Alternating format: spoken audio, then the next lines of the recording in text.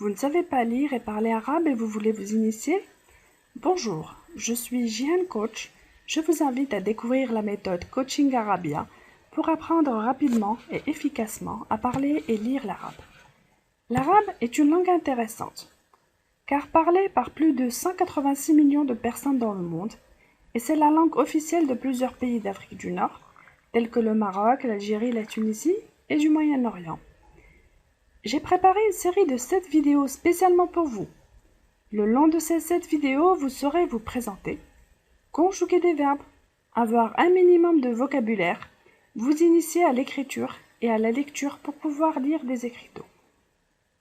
Regardez les vidéos jusqu'au bout et prenez des notes.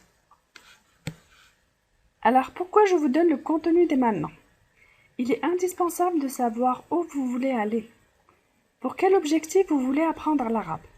Quels sont les moyens que vous vous donnez? Que ferez-vous une fois que vous parlerez arabe? Comment vous sentirez-vous? Qui serez-vous? Répondez à ces questions avant de vous engager dans ces cours. Alors tout d'abord, faisons connaissance.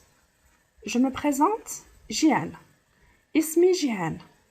Mon nom est Jihan. Alors on va analyser la structure de cette phrase. En arabe, plutôt que de dire mon nom est Jihan, on dit non, mon, donc c'est inversé. Non, mon, Jihan. Et vous, comment vous appelez-vous? Dites Ismi, et juste après, dites votre prénom. Ismi et votre prénom. Alors le I signifie mon, c'est-à-dire à moi. Alors Ismi Jacques, Ismi Marine, Ismi Sandra, Ismi Farah.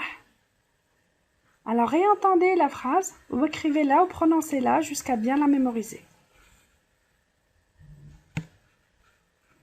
Alors plusieurs personnes suivent des cours d'arabe juste pour se prouver qu'elles peuvent apprendre une langue réputée difficile ou pour impressionner l'entourage.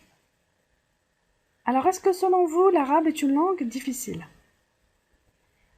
Peut-être que cette réputation est due au fait que l'arabe a un autre alphabet, des sonorités qui n'existent pas dans les langues latines.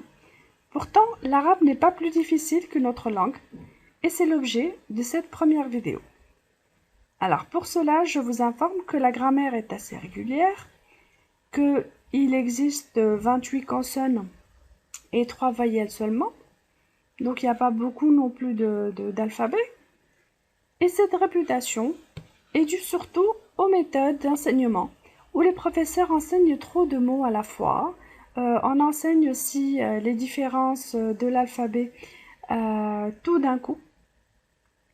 Ce qui rend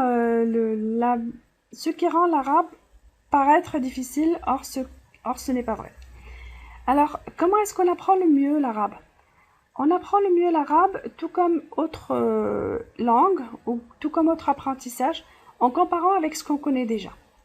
C'est ainsi qu'on apprend facilement l'espagnol ou l'italien ou l'anglais, parce qu'on partage le même alphabet qu'avec le français. Alors, est-ce que vous avez trouvé des points communs avec le grec?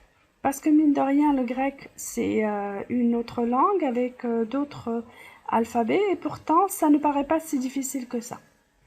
Alors, maintenant que vous avez trouvé des points communs entre le français, l'espagnol et l'italien ou l'anglais, j'aimerais vous inviter à trouver des points communs entre l'arabe et le français. Et nous allons vérifier cela tout de suite.